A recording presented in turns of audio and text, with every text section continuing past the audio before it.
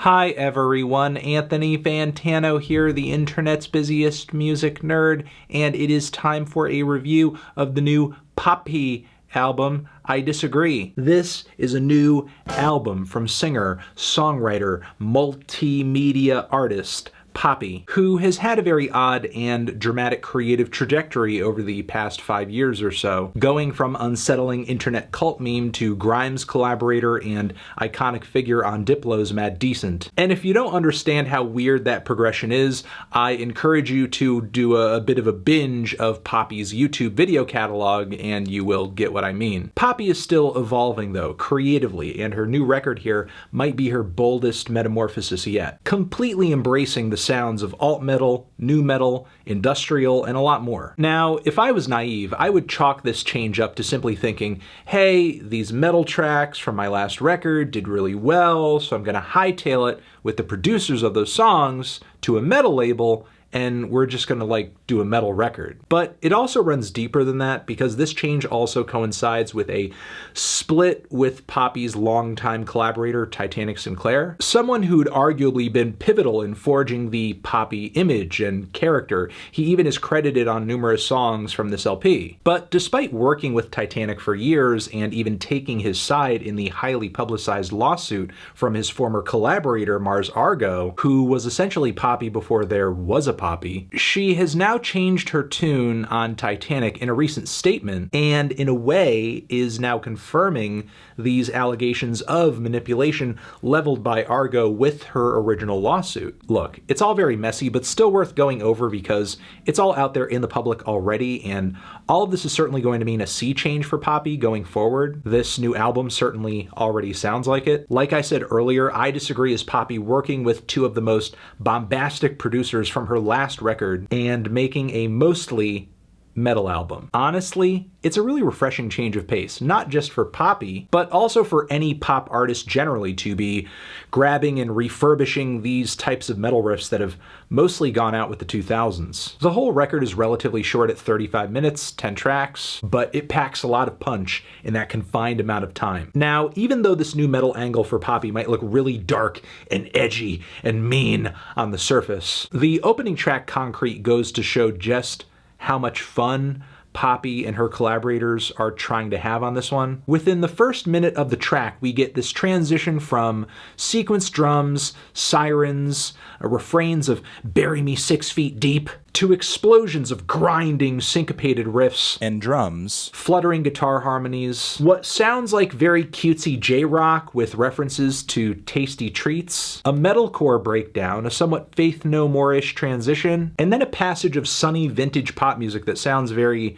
Beach Boys-esque. There's even more to the track after that, even the weird inclusion of some bad fake crowd chanting "Poppy, Poppy," which makes little to no sense, but okay. Overall, this song is kind of gimmicky and outright absurd, but the transitions are still really impressive, and I like how the cut really eliminates any perception that this album would be taking itself too seriously. Poppy is clearly in it for the camp, which is totally fine as long as the songs are good. By comparison, the title track here is a lot more coherent, not trying to be as LOL random. I genuinely love the dark and bassy beat that kicks the entire thing off. Definitely some industrial undertones to it, especially with the freakish guitars that orbit the rhythm here. Also, loving how all this transitions into an incredibly triumphant chorus, topped with apocalyptic lyrics of it all burning down, being safe and sound. The vocal harmonies are also better than what I would have expected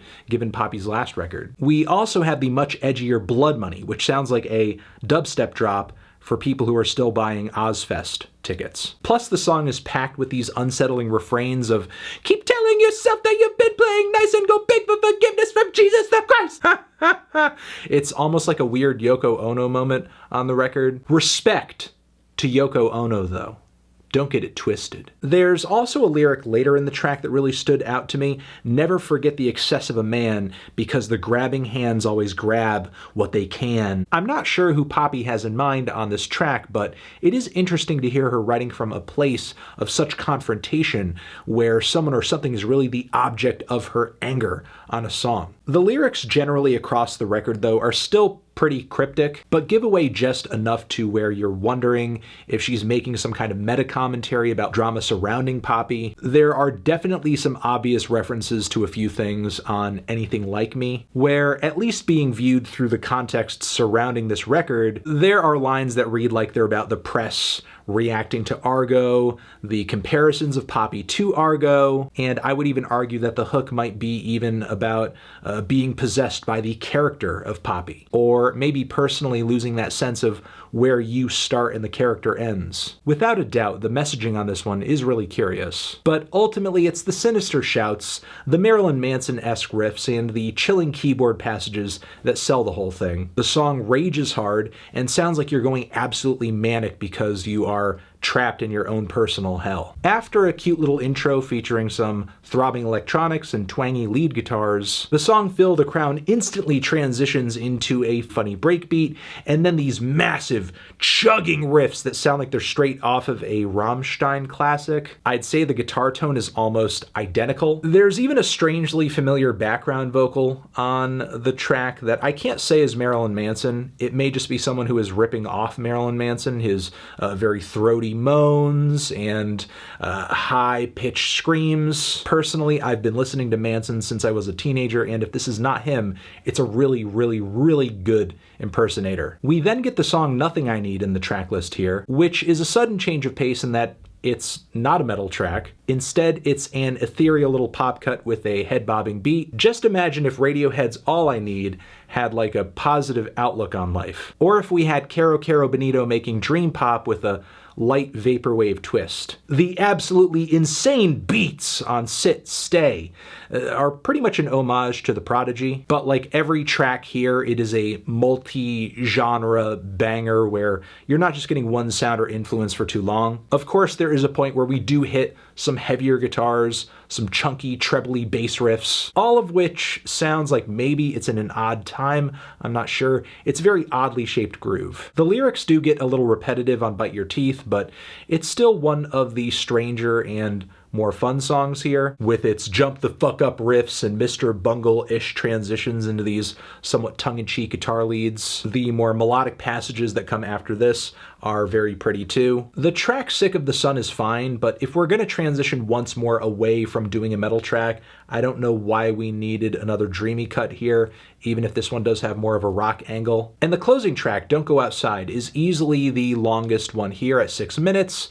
and even though Poppy and her collaborators could have packed a million breakneck changes into this thing, instead they use this extra time to build up something a bit more cinematic, a climactic finish with a few glam rock embellishments here and there. What sort of lingers with me at the end of the track, though, is the closing message of "You can be anyone that you want to be," which I think is an interesting take for someone who has built a career being this character. And though on this record Poppy is in character, I can't help but shake the feeling that on a lot of tracks here, she is trying to get through a genuine, a personal, and an authentic message about her mindset through the eyes of this character. There were a few tracks here that struck me as being a little bogged down in their own novelty, or just generally being okay, a little underwhelming, but most of the songs here make for a pretty awesome, multifaceted thrill ride, though I do wonder how far Poppy will be able to take this metal thing. I mean, I expect at some point in the future she will move on to something else, but we could be looking at something that could really just be the tip of the iceberg of some long, extended series of albums that go even deeper into this style. Not sure, but either way, hopefully what Poppy drums up in the future is interesting as well. I'm feeling a light to decent 8 on this one. Transition. Have you given this album a listen? Did you love it? Did you hate it? What would you rate it? You're the best, you're the best. What should I review next? Hit the like if you like. Please subscribe and please don't cry. Hit the bell as well. Over here next to my head is another video that you can check out. Hit that up, or the link to subscribe to the channel. Anthony Fantano, Poppy, I Disagree, forever.